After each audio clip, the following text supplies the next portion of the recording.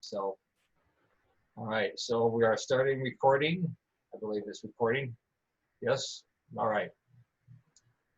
Well, so we're all here. Another mug meeting and another month of COVID stuff, right? So we're all loving the life a little bit along those lines. Depending on what part of the country you're part of, it's kind of all over the map, right? So here in Utah, we happen to be kind of somewhat a little bit more open than others. So I saw this kind of this meme, this image the other day. I think it was on LinkedIn. That was quite humorous. If for those that have seen this, but just take a look at it, I'm sure that you can all relate to that, right? Where things are at. So one part that was kind of funny was, the masks were all over the map here. The use of different things, things from sweatpants to shaving and other areas are the usage of that along those lines. So I'm sure this is kind of humorous, but sad, but also at the same time kind of funny as well. All right, so today, obviously we're going to go through some housekeeping items. We'll talk about our upcoming meeting schedule, and then we have a great presentation today called Dig into Marketo Nurture Programs with Andy Caron, and we'll introduce her in a little bit.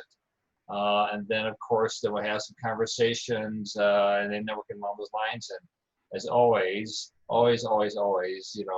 make sure that we're here. It's collaborative. Feel free to talk and speak up and ask questions throughout the time. We want to make this kind of enjoyable and fun. That's why I always love Cameron's backgrounds. He always has fun ones along those lines, and I steal them from him, so that's good.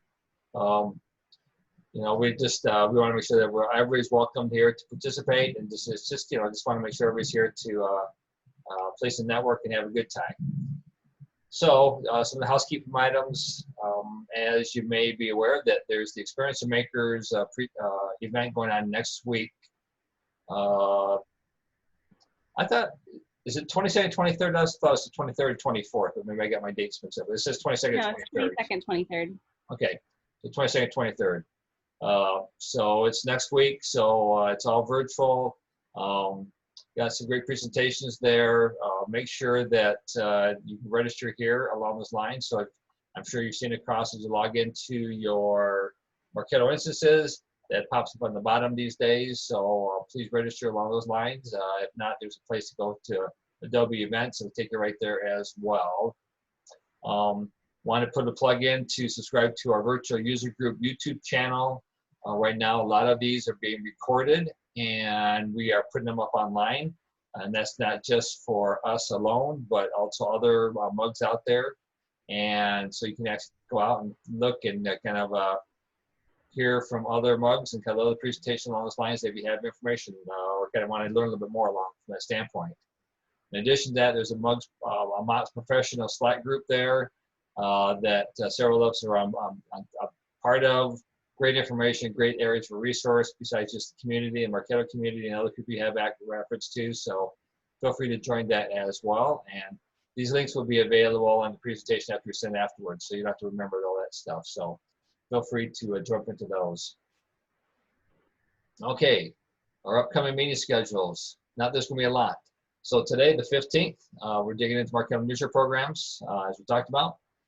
Next month, we're taking our summer break. So basically, we'll take a month off and be able to enjoy hopefully a little bit more travel and going to different places.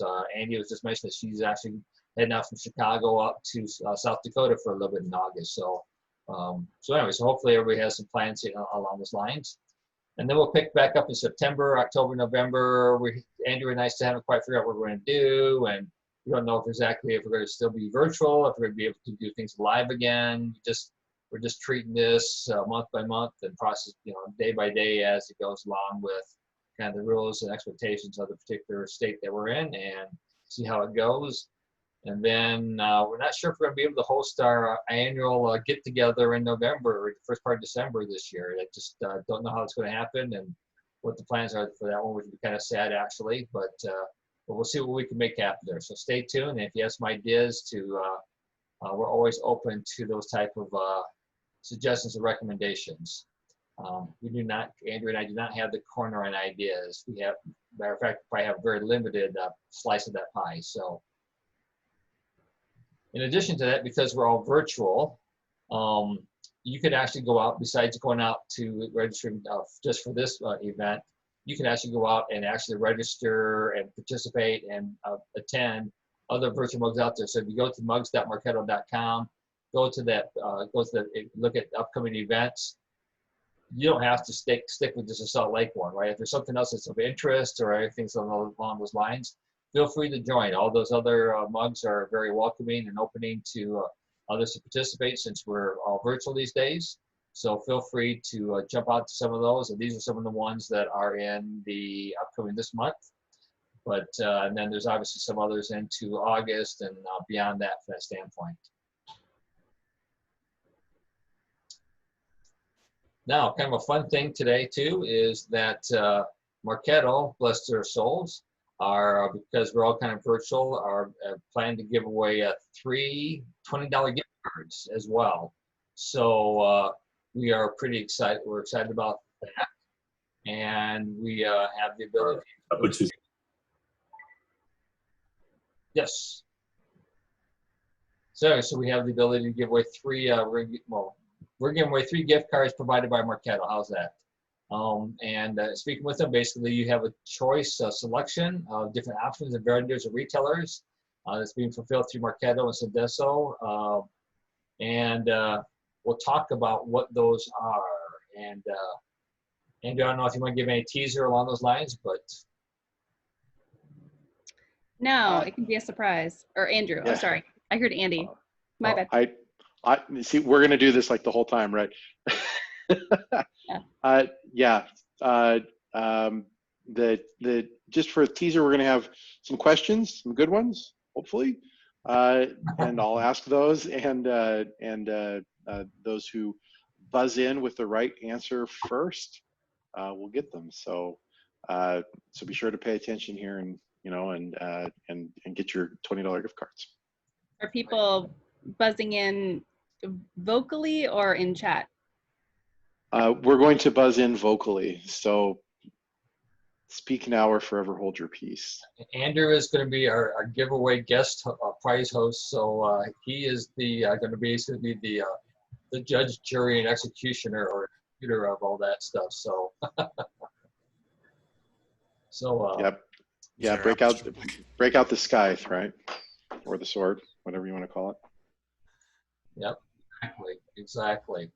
So yeah, so we're grateful for Marketo to do that, and we'll see how it goes from that standpoint for giveaways today. But once we do that, then the winners will get. I'll pass it off to the Marketo person who manages the mugs. Her name's Kelsey Bort, and we will. She'll get it all set up, and you guys will get whoever the winners are will get a link, and you could be able to select from one of multiple different areas. So you'll be able to choose your poison. Okay, so I think that's kind of it for the housekeeping items. So once again, pay attention to the questions that will be asked. But at this time, we're going to give kind of the bulk of the time here to Andy Caron. Andy, I have the pleasure and privilege to work with at Revenue Pulse, so she's a consultant there as well. She is a Marketo 2020 champion, Fearless 50 alum. I think it was the first year, right, that they had the Fearless 50, right, Andy? Yeah. Yep. So she was part of that first class of Fearless 50. So so excited to have her participate and join us today to present on how to dig into Marketo programs. So, and throughout this time, feel free to ask questions. And of course, then we'll be asking questions as well for those little giveaways. So at this time, we'll just turn the time over to you, Andy, and let you take it from here. Awesome. All right.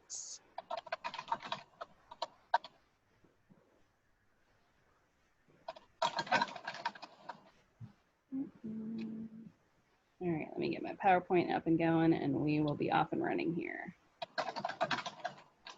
All right, can everyone see my screen? Yep. Good stuff. Okay, so we are going to run through engagement or nurture programs today. I like to typically, when I'm presenting on a subject, kind of take a beginner to badass approach. So some of this stuff will be pretty basic at the beginning, and that's intentional. If it's remedial for you, just give yourself a gold star because you know what you're doing. And as we move into the more advanced stuff, I look for, or even the beginner stuff, raise your hand, ask a question. I don't want to hear my voice this whole time. I would much rather be interactive with you guys as we go through. So I'm excited to be joining you today. I have been a Marketo enthusiast since 2012. Currently run the user group for Chicago, and all of the stuff that Trent said. So I love Marketo. It's my happy place. So we're going to cover basics, general Nurture setup today. We're going to talk about reporting for Nurture, and then some advanced Nurture setup, kind of the collaboration or things you can do to encourage collaboration between Nurture and sales, and then also companion tactics for Nurture engagement programs.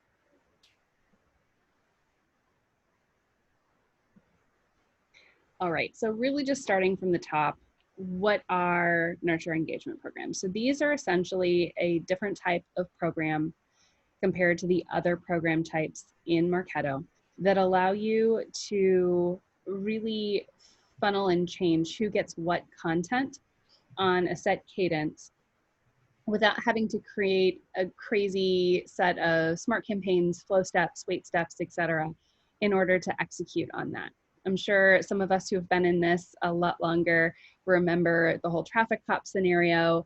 When Marketo originally released this, I remember this coming out and everyone being so excited because they didn't have to build these crazy logic puzzles anymore in order to execute this type of thing. So essentially you can pour in content and people and have engagement come out. The automation of this is, I think, the biggest upside here. I would say the downside, the only downside, is really that it can be a little bit black box. Because it is sort of a choose your own adventure, each person takes their own path. There are scenarios where, let's say your sales leader came to you and said, I want to know what email this one lead is going to get next. Probably would have to do some digging in order to figure that out. It's not readily available just on the surface.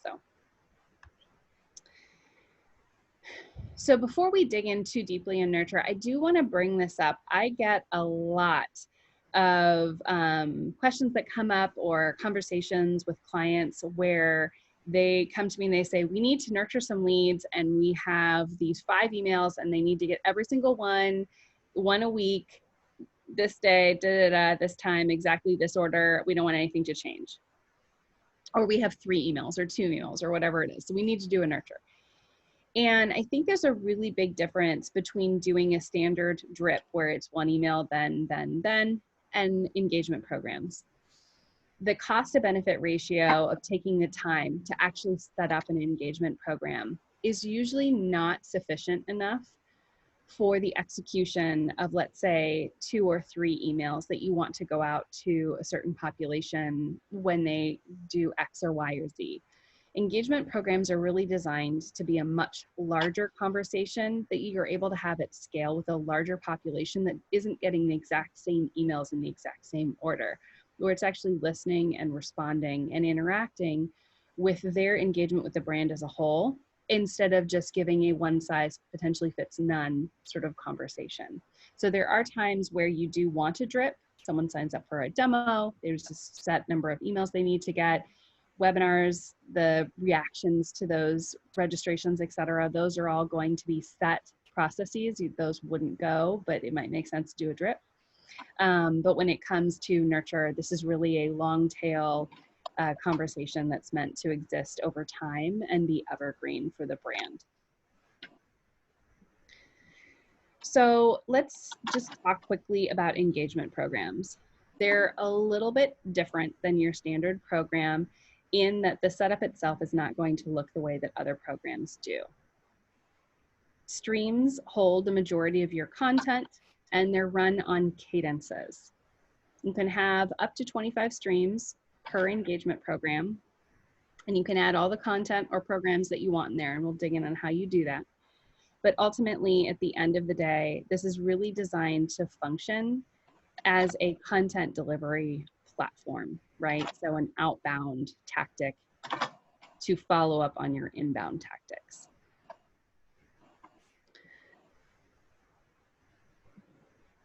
Now, before we get into the setup, I do want to just go over some quick sort of definitions of things, since the language and verbiage used inside of engagement programs is a little bit different than some of the terminology used elsewhere in Marketo. Now, audience is pretty standard across Marketo. These are the entire collection of members inside of the engagement program. Engagement in this case is the interaction with the local email in the Nurture program. The stream is going to be your list of assets, content that you want to share out. The cast is a send. So this is essentially an email send. They call it a cast.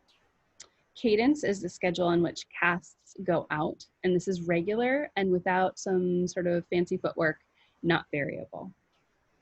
Transition rules control who moves from which stream to which other streams.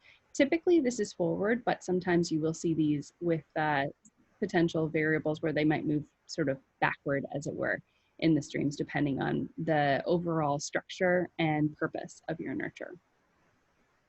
Program statuses are not unique to engagement programs, but you often will see unique statuses for engagement programs.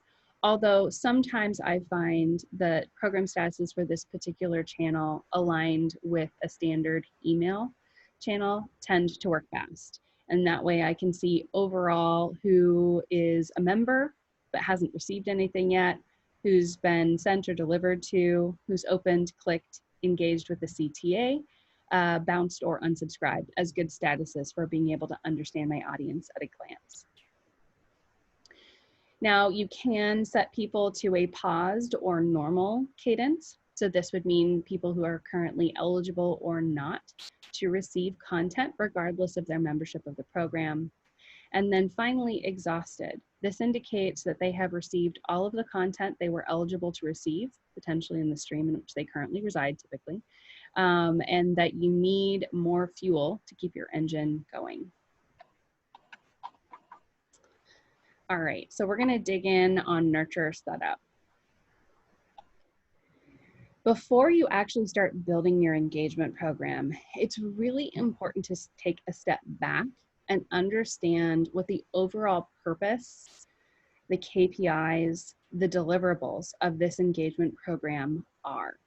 This will help set the strategy on what you're looking to accomplish by creating a nurture or engagement. Creating a nurture or engagement program simply because you should be nurturing your leads, while not incorrect, does not necessarily always yield the best results. It's good to understand what the overall objective of your engagement program is. Is this a leads engagement program that you're looking to move first interaction lead creation leads to MQL? Is it that you're looking to build awareness with people who've already been in the database for a while and potentially bring them back? Is it a customer engagement where you're looking for opportunities to upsell, cross-sell, increase loyalty, etc.? You want to understand based off of that objective what their entry point is. Is it when they subscribe to the brand? Is it when they become a customer? What puts them in this particular engagement program? What would pause them? So why would you stop communicating with them in this particular engagement program? What constitutes success? Is it that they MQL'd? Is it they signed up for a demo? Is it that they renewed as a customer? Like, what's the actual success KPI here based off of your objective? And then what's the content that's going to support that overall objective as well? Do you have the content that you need is often an important question to ask before you start. This is one of the reasons that I highly recommend creating a content inventory before building your first nurture or rebuilding or creating net new nurtures. It's really important to understand what you have that you can deliver and where along the conversation it should be delivered. One of my very first engagement programs, which was actually quite successful, broke down the beginning part of the funnel from 0 to 100 points at MQL to a know, like, trust, try model, which essentially said, do they know who we are? Do they like us? Do they trust us? Are they ready to try us? And then aligned the content that we had against each part of that journey. So no content was typically 2 to 5 minutes to digest, no product information, nothing salesy, just are we of use to you as a prospective client, as someone who would be coming to us for information. I then assessed how much content we had in that area and decided whether or not we had enough for the number of touch points we were going to need along the way or not for each of those categories. And through that, use that to help also map out future development for content. Remember that you don't need a ton of content to get started. Depending on your cadence, if you're sending every 2 weeks, your first 2 emails are going to get you through your first month of nurture. So as long as you have a roadmap for creating more nurture, it doesn't matter if you start out content poor or content rich. You do have runway time to build up that library as you're moving through and nurturing.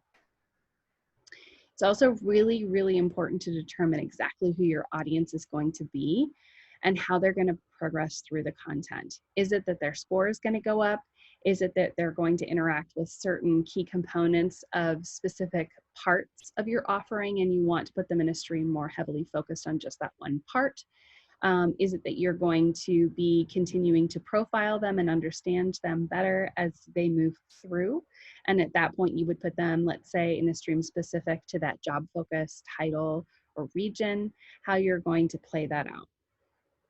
And then finally, we've touched on this a little bit, but really is important to determine what your KPIs for nurture success what they'll be, right?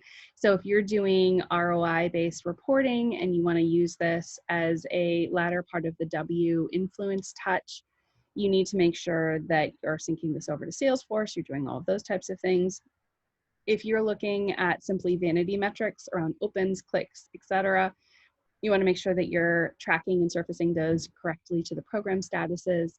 I think really the key thing here is just knowing the data that you'll need before you start allows you to understand what data you're currently missing and need to account for in your build in order to ensure that you'll have it later when you go to report on it.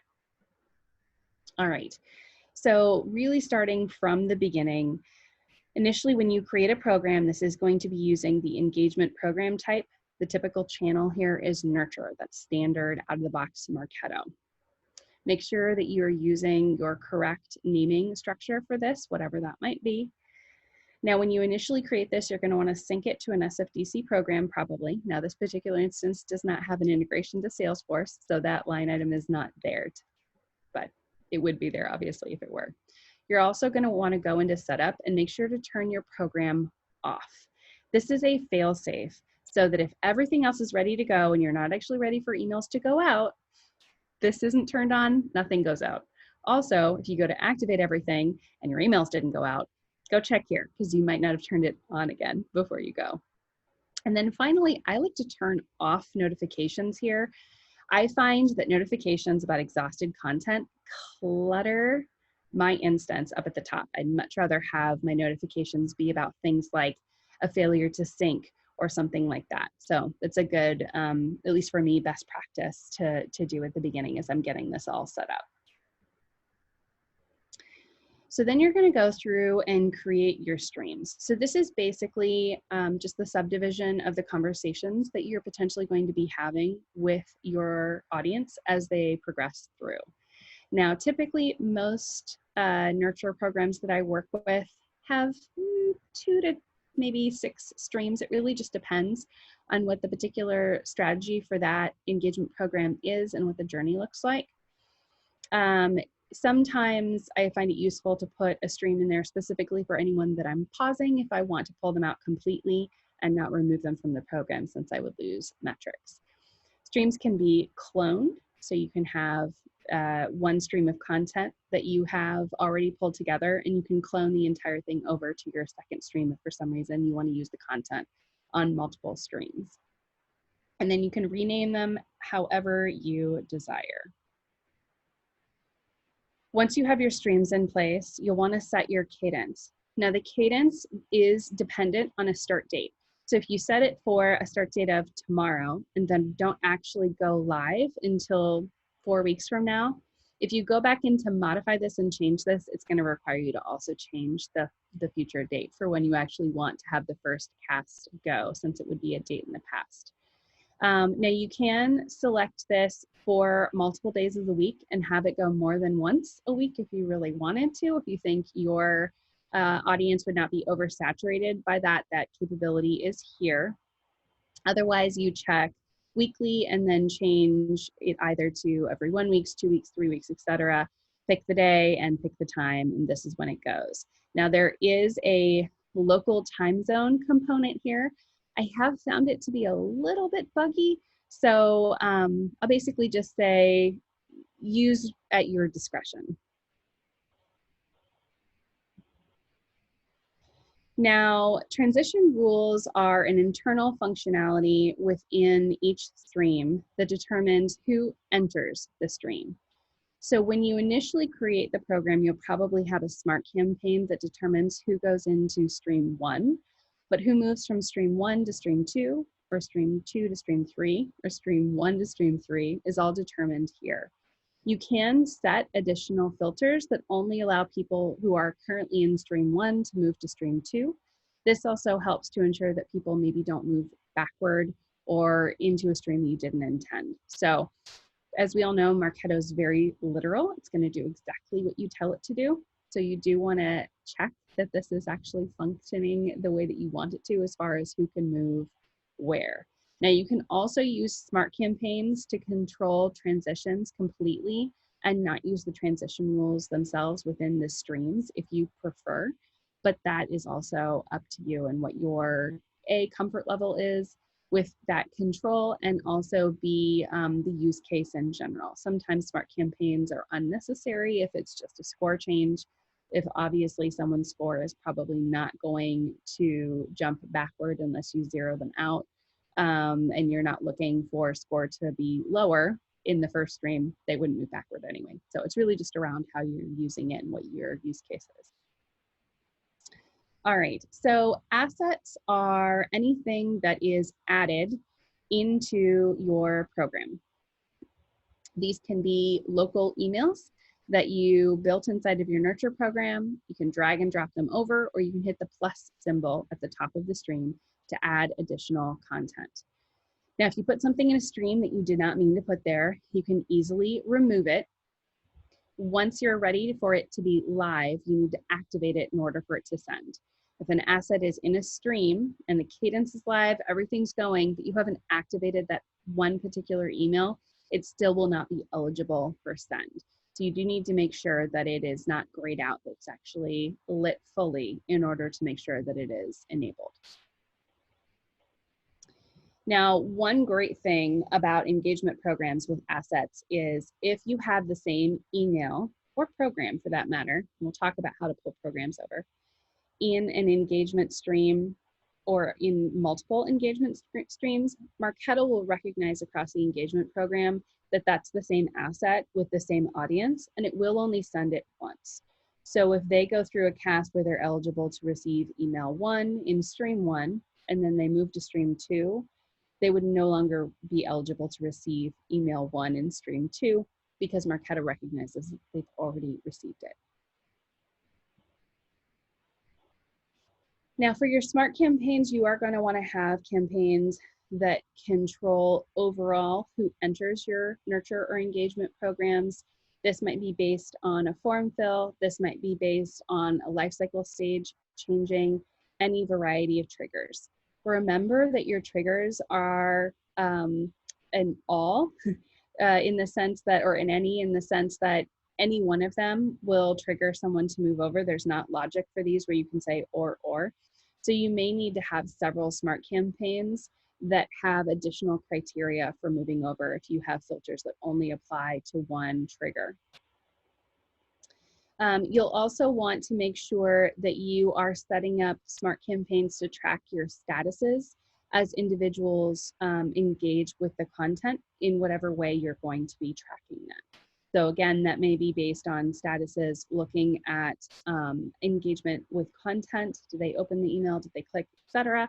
Or it might be based on a different set of criteria depending on the statuses that you're using. So if your Nurture program is aligned with your life cycle status, then the smart campaigns would be controlling the status as it relates to, let's say, known, engaged, MQL, etc. You'll also, Andy, yeah. Sorry, can we jump in and do a question? But if you want to continue, that's fine.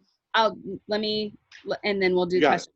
So you'll also want to have a smart campaign or smart campaigns around pausing individuals. So whatever your criteria is for them to stop receiving nurture, you'll also need to have a smart campaign to set that. All right, let's roll with the question. Sorry to interrupt, I apologize. No, go for it. I was expecting it.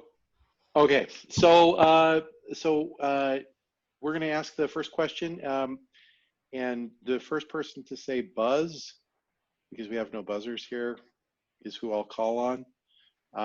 So I will try and see who that is, but Trent, if you can help me on who that might be, that would be helpful. Yeah. Okay, so the first question is, a person can become a member of a program by which? Either A, attending a webinar synced with a program, B, filling out a form that's contained in a program, C, updating the acquisition program in the lead record, or D, all of the above. Buzz? Oh, That was Jennifer. That was Jennifer, yep. I believe that's D, all of the above. Yeah, all of the above is correct. Very good. Very, very good. So, congratulations. We'll move on and go to the next one. So, good job, Jennifer. And we'll turn the time back over to Andy. All right, so let's jump into some of the local reports, and we'll dig in more on reporting a little bit later, but you have the ability to create several reports, one of which is engagement program specific at the program level. So by creating a new local asset and selecting engagement program performance, this will allow you to see, especially if you have multiple streams, email performance overall there for those. Now, the one caveat with this is if you're using nested programs instead of assets inside of this, the engagement score will not be present for those, but you will have the rest of the metrics as far as opens, clicked, etc. And then you have your standard email performance and email link performance as well. And I usually like to set these up and put them inside of my program upon creation, so they'll have them later when I want them, which I know I will. All right, and then once you've got your content, your audience, and your cadences set up, you're going to want to go ahead and roll it live. So in this instance, you would have your cadence set to go, you're ready to go. At that point, you're going to roll in and change that status back to on. The icon will change from having a little red square to having a green arrow next to it. And that is how you know that your engagement program is live and casting. All right, so a couple quick tips for success. An instance can have up to 100 engagement programs active at any time, and active is the key word here. So you can have 200 engagement programs in your instance, and 100 of them can have the green arrow and 100 can have the red square, and that's fine. If you try to push 101 live, you're going to get an error message from Marketo. Now, if you need more than that, you can absolutely go to Marketo and request more. They can potentially grant you more. There'll be an expense, of course, associated with that, but it is possible. As we talked about, engagement programs can be set to local time delivery. That is a capability within the Cadence. Just remember that there's some, we'll call it bugginess there, especially if you ever need to shut something off. There might be emails that go out in advance of that were scheduled that you just kind of miss overall. If you need additional flexibility around your emails, you can use a nested default program in order to do that. We're going to look at that in the advanced section. We'll talk a little bit too about the potential for advanced variable cadences. So within a stream, you can have a cadence that goes at 8 a.m. every Tuesday, and it's not going to change. but utilizing smart campaigns with wait steps and also potentially additional streams, you can potentially change the day and or time at which your audience would be receiving the email. The sort of best practice here, because it's not super easy to get at who exactly is exhausted other than the members tab, which isn't necessarily a field you can pull anywhere other than on the members tab, is to set up smart campaigns that monitor for content being exhausted and add them to a static list. In this way, you can always keep track of exactly who the individuals are that are currently no longer receiving emails because they have already received everything you had to send them. All right, so we're gonna dig in on the reporting a little bit. Now there is a, as we talked about, set of reports, standard reports that I would suggest you use. These are the email link performance report and the email performance report. The primary difference between these two is that while both provide metrics on the emails, the numbers initially when you look at them aren't going to match up. That's because the email performance report counts the number of people that opened, that clicked, etc. The email link performance report counts the number of times a link was clicked. Marketo did recently, in the last year, I think, update these reports to make that a little bit more transparent, that you're talking about people versus actions. But typically the numbers on clicks are going to be higher on the email link performance report, simply because this is looking at how many links were clicked. So the same person who's counted once on the email performance report as a click could be counted 10 times on the email link performance if they clicked 10 links. And then the engagement stream performance report, which is specific just to engagement stream performance, is also available here, and that will break out by stream specifically the metrics for each email. So if you're using the same asset across multiple streams, this will allow you to understand how that email is performing with one audience versus another, which is very useful. There's also the primary dashboard, which appears after you've gone live with your engagement programs. Now, a lot of people don't know this, but there's actually a drop down right next to View Dashboard that also allows you to see this board for each of your streams. So you can look at this specifically for streams and also overall for the program. This is going to look at the engagement score, which is a proprietary number Marketo constructs based on overall action and interaction with the email. So how many people was it sent to versus opened, clicked through, unsubscribed, etc. Generally, this is a scale of 0 to 100. You can look at it as a percentage, although frankly, with this, anything above a 40 would be a pass in most people's instances. So it's not necessarily a standard 100 as an A sort of scenario. This is also going to show you the percentage of unsubscribe for your database, when your next cast is, so how many days out, and that number obviously will change based on the stream that you're looking at here. The total membership. Now this members area that we're seeing here is different from instance to instance. Some instances will show how many people remain with each cast. So in other words, how many pieces of content they have before they're exhausted. Others show the total membership and how many total are exhausted and paused, but not how many emails are remaining. Then in some cases, we'll see engagement over time. And in other instances, we will see total membership and how many people are sitting in each.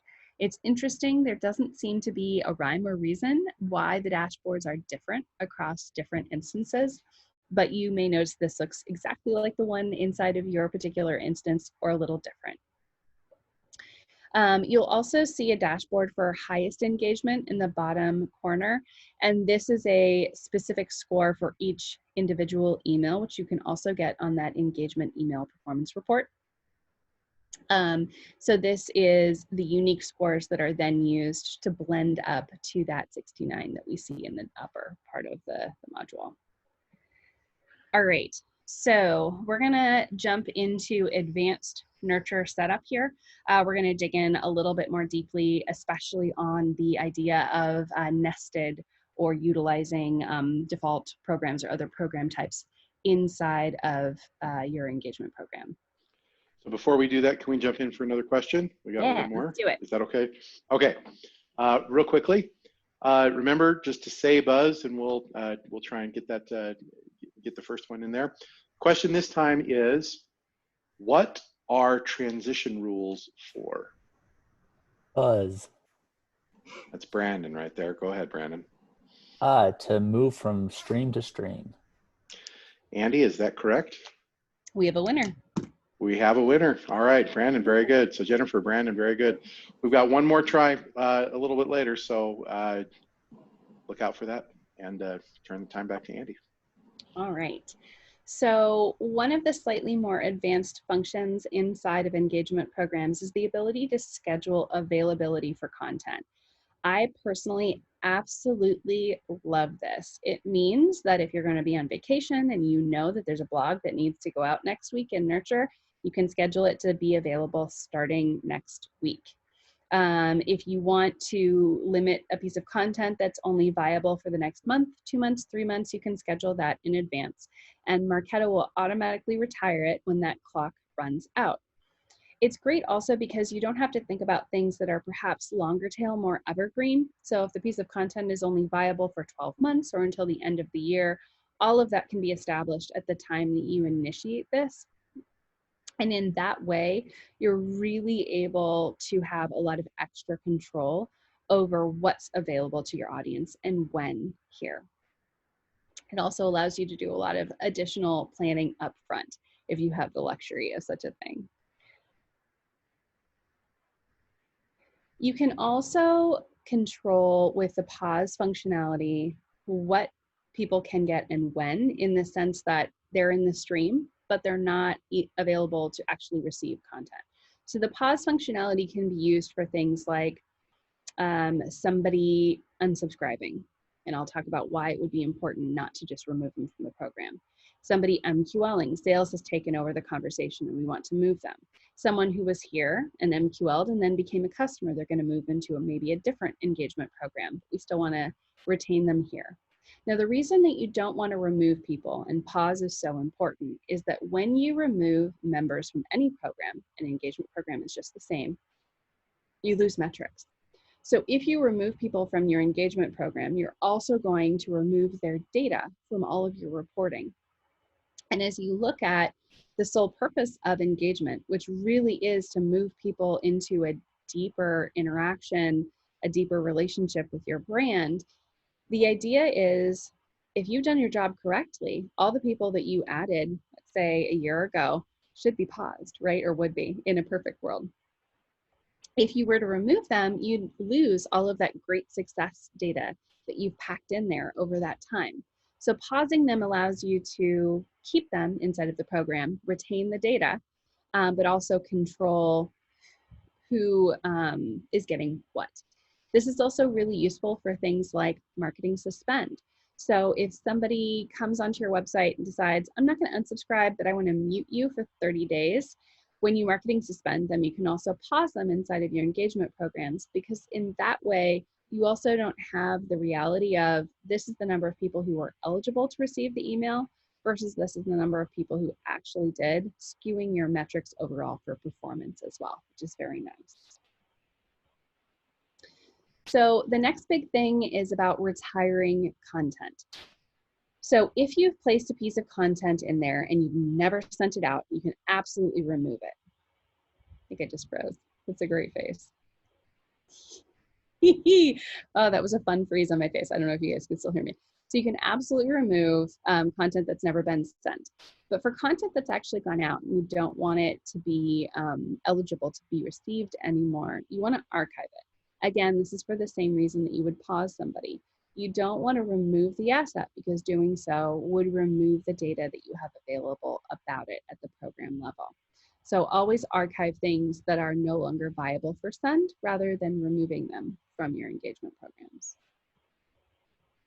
All right, so now we're going to get into some A/B testing stuff. Now you can absolutely A/B test inside of engagement programs. It's fully capable. This will look very similar to other A/B testing that you might see in a send program, for example. The difference between using this functionality here versus in, say, a send program is A, they don't call it A/B testing, they call it champion challenger, and B, it is not automated. So while you can set this up in advance to say, hey, here's what I want to send, this is how I want to test, I want to do a full body email test, I want to do a subject line, this is whatever I want to do, you have to actually go in and manually set the winner. The system doesn't do it for you. You can't say, as of this date, whatever is performing best in this way wins. So it is additional functionality, but again, it's not automated. But this is one way that you can essentially A/B test subject line or whole email within the Nurture programs. For actual A/B testing, if you want to test something at a more granular level, you can also use a nested program with an A and B email inside of it.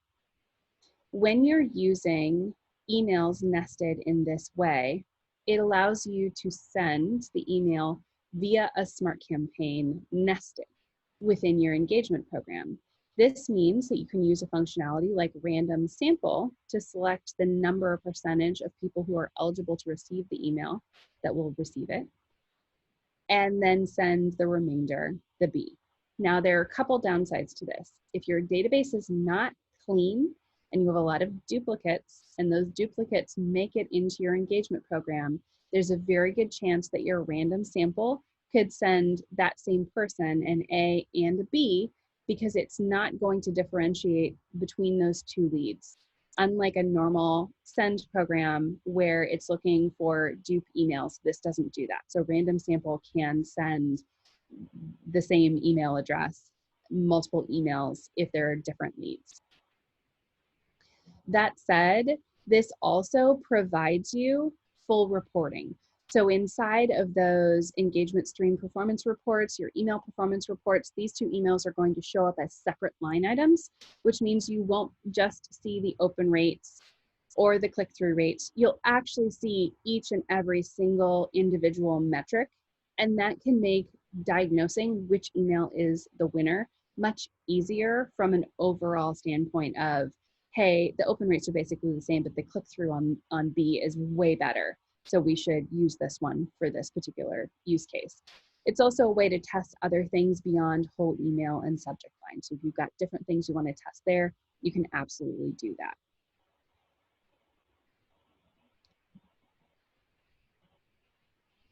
Now, this nested or sort of default almost nested program, if you want to call it that, has a variety of use cases. One of the use cases for this, above and beyond any sort of A/B testing, is that it can also be used for functionality like switching templates or forced duplicates.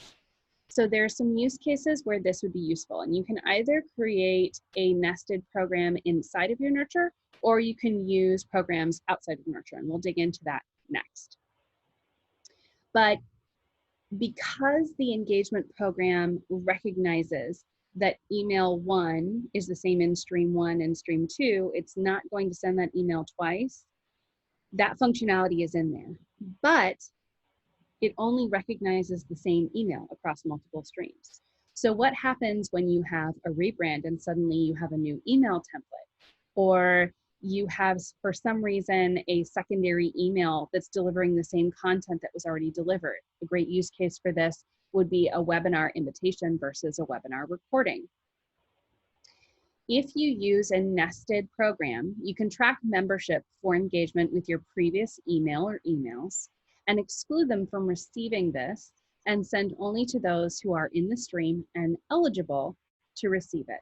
This is a way to ensure that anyone who's already received the original email does not get the duplicate email because they're already considered a member of your operational program and therefore not eligible to be part of the audience. In this instance, when you insert it into the Nurture program, as it's proceeding through on its cast, I like to think of this kind of like I think the game was called Kerplunk. It was a glass or plastic tube that had sticks through it and all these marbles, and you would pour the marbles in each time and pull out the sticks. So if you think about the marbles as the leads and the sticks as the emails, each time you cast, you're pouring those marbles in the top and each thing shifting down until it hits the stick or the email that it hasn't gotten yet. and that's what it gets next. So everybody's getting a different email each time, depending on when they first entered the program and what they've already engaged with. What this is going to do is this is going to say, okay, this person already hit this tick. They already got this email, even though it's a different asset, and it's going to bypass them. So this is extremely useful for rebrands or trying to make sure that people, let's say, who registered for the webinar initially aren't getting the recording because we know they already attended. You can also pull over programs from elsewhere in your system. Nested content programs are one of my favorite use cases for this. And the purpose here is really around, I'm going to give myself a second because it looks like I froze.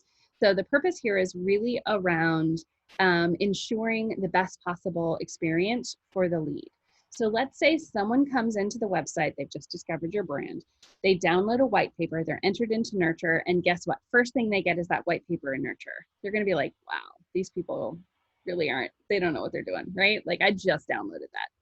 So by using this methodology instead, it allows us to track overall membership for that content and then only deliver it to people who haven't already engaged with it elsewhere, either directly in the program, on the website, etc. And this is a huge additional functionality for Nurture in the sense that you can also then pull these across all of your engagement programs, multiple engagement programs, and only need to have one email to use across all of them.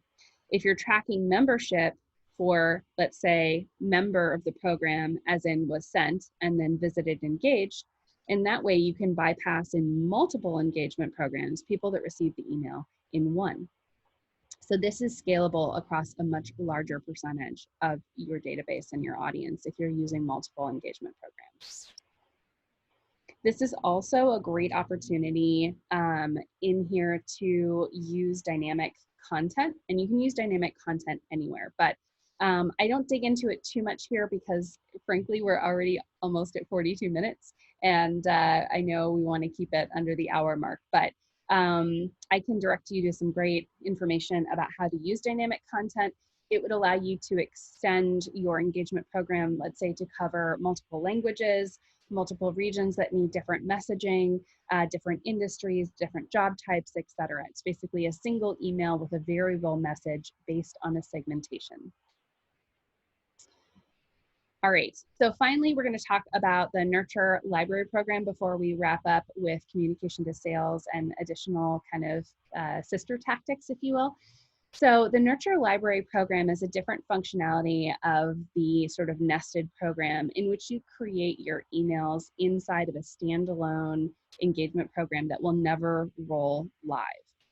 This allows you to have a program, a nested program, for each of your pieces of content that you can then pull across multiple Nurture programs. So in scenarios where you might have someone move from a general Nurture to a product-specific Nurture to a different product-specific Nurture to a different Nurture to a different Nurture to et cetera, right? Where you want to use the same content across all, this would allow you to have a single repository for all of that as opposed to using your actual content programs. You can still reference a content program here in the membership there, but this would keep it germane to just the Nurture and not necessarily cross-reference the two programs with each other inside of the asset that's being used in your Nurture versus the actual parent program. All right, so let's briefly talk about communicating to sales and then we'll get this wrapped up. So it's, I think, important, to pass everything over that you can to sales and enable them as much as possible. I think the more transparency they have into what you're doing with leads, the more confidence they'll have in that activity as well. If you have sales insights, I highly, highly, highly recommend using interesting moments. You can also use the functionality for request a campaign to enable sales to actually request that someone be placed in Nurture or paused. You can also use a specific field inside of your system on the lead and contact to allow them to set them to a status that would request Nurture as well. So there's a couple different ways that you can enable them with and without sales insights. You can also add activities into Salesforce if you're using Salesforce. This does not work with Dynamics, sorry, not sorry. When leads complete specific activities, which might add additional clarity. There is default functionality inside of Marketo to pass over things like form fills, but I often find that writing the activity myself and not using the default functionality adds a lot more detail because I can heavily tokenize it and pass a lot of additional information over there that's very useful. You can also, if you don't have sales insights, potentially surface some of your scoring or changes that are occurring as they move from nurture to nurture or stream to stream. And then finally, if it's really important, you can consider creating specialized fields inside of Salesforce that will have time date stamps for when they're moving from one stream to another, additional name of nurture programs, etc. Obviously, you can use the actual campaign membership as well for engagement program, but I often find that that additional click through and then kind of having it be a little bit foreign doesn't necessarily always translate or utilize well. So anything you can do on the primary layout, especially with Lightning, since a lot of related lists that used to be just a scroll away are now a click, are not as seemingly accessible. I highly recommend looking at different ways that you can communicate what you're doing, when you're doing it, how you're doing it, and why, so that sales has access to that and they feel in control, which is a good thing. All right, so finally, we're going to talk about companion nurture tactics. So earlier on, we had briefly discussed the idea of setting up a static list for those that are currently exhausted with content, although this could be used with a variety of different functions. So using systems like AdBridge inside of Marketo allow you to take people that are in certain engagement streams and build focused audiences, provided that they meet the minimum count requirement for the platform. So you can actually pass these people over as a list for advertising inside of these platforms via AdBridge. You do need to have the launch point set up in advance of that, of deploying this, but it's a great functionality. The other thing I love about this is I can take my entire audience for nurture and pass them into, let's say, LinkedIn, and use that list to then build a lookalike audience for net new acquisition. This is a great way to take the people that are most engaged with your brand, pass them over, and then utilize that model to build a lookalike audience in a way that you would never be able to drill into if you were just building an audience from scratch in LinkedIn or Facebook.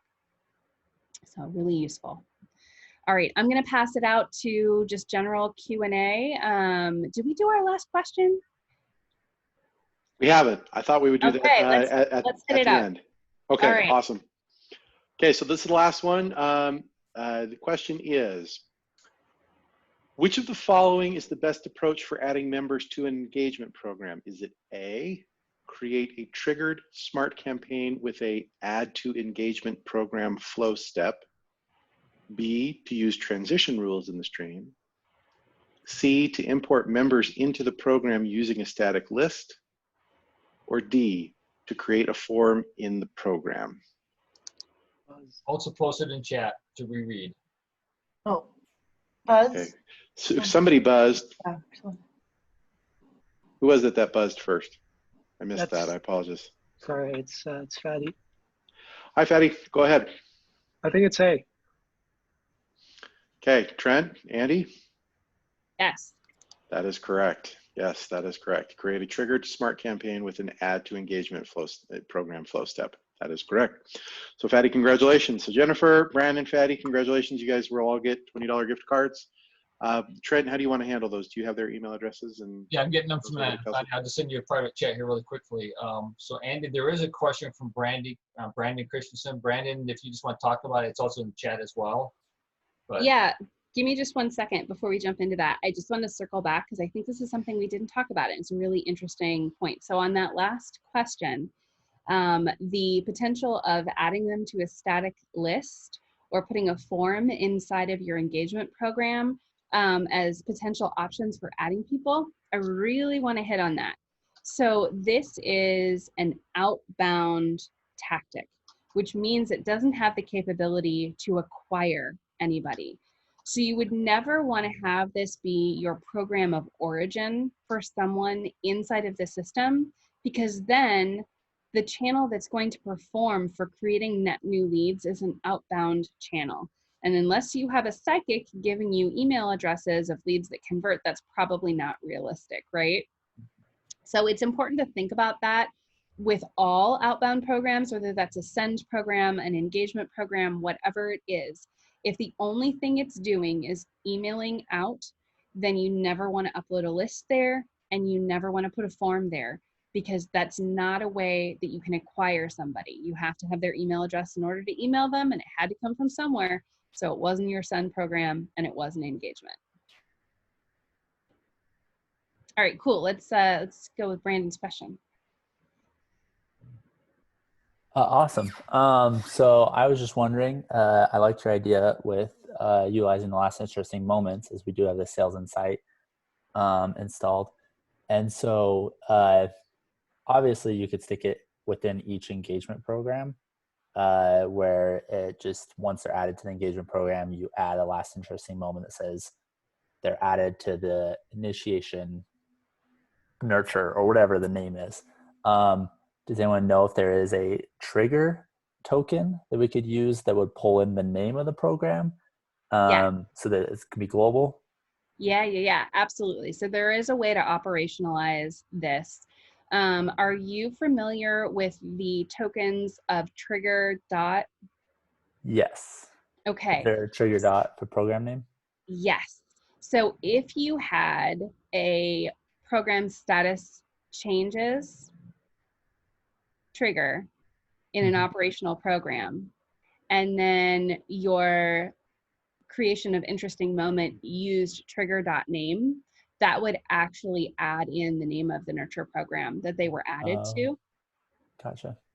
I've also operationalized this to have a temporary field that looks just generally for status being changed, and I've bucketed them to say, okay, I have a lot of programs that use the status of engaged, or I have a lot of programs that use the status of attended, for example. So I can have multiple statuses that write into that temp status field.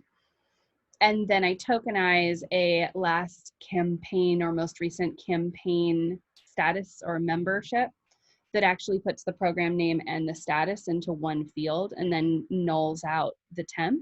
And this would allow them to see the most recent campaign that they were involved with and what they did with it if it was an engagement. Okay, nice. Gotcha. Sweet. Yeah.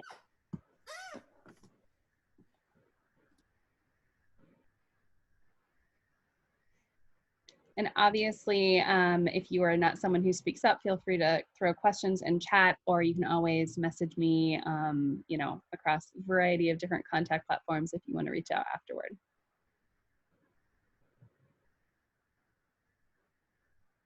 Well, Andy, I have a question. One person is Yeah. asking if you could restate the kerplunk metaphor again. Yes. Okay. So this was a game that I was familiar with as a child. I don't know if it exists anymore. But the idea of the game was basically to not be the person who pulled a stick and had all the marbles fall out. Right. But this was a see-through tube with a bunch of holes in it that the sticks kind of all crossed each other. And then you would pour the marbles in and pull out a stick.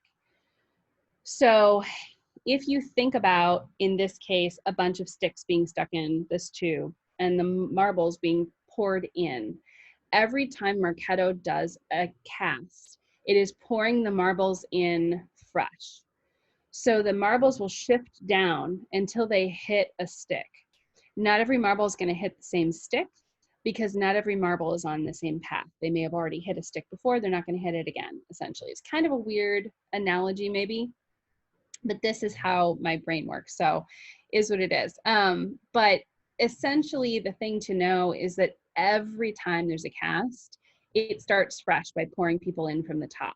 So that also means that if you insert an email at the top of your list, the next cast, everybody's going to get it because no one's hit that stick yet. So the order of your content in that stream really does matter, because whatever's first is going to be the first thing that's potentially eligible to be sent for anyone who hasn't received it yet.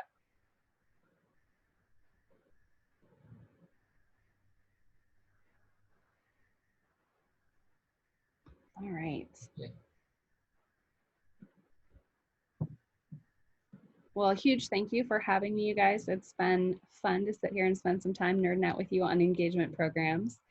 Obviously, always feel free to reach out to me via LinkedIn or the community or wherever else if you ever have a question. So.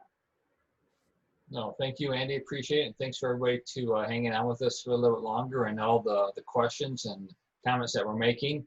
If you, once again, if you have any questions, let us know. Feel free to reach out to Andy. And also, we'll be able to posting the presentation and the recording here as soon as it downloads and gets structured up from that standpoint. So if not, hopefully everybody has a great rest of the summer, and we will be communicating with you more updates as we get closer into September. So thanks again, everybody. Have a great one.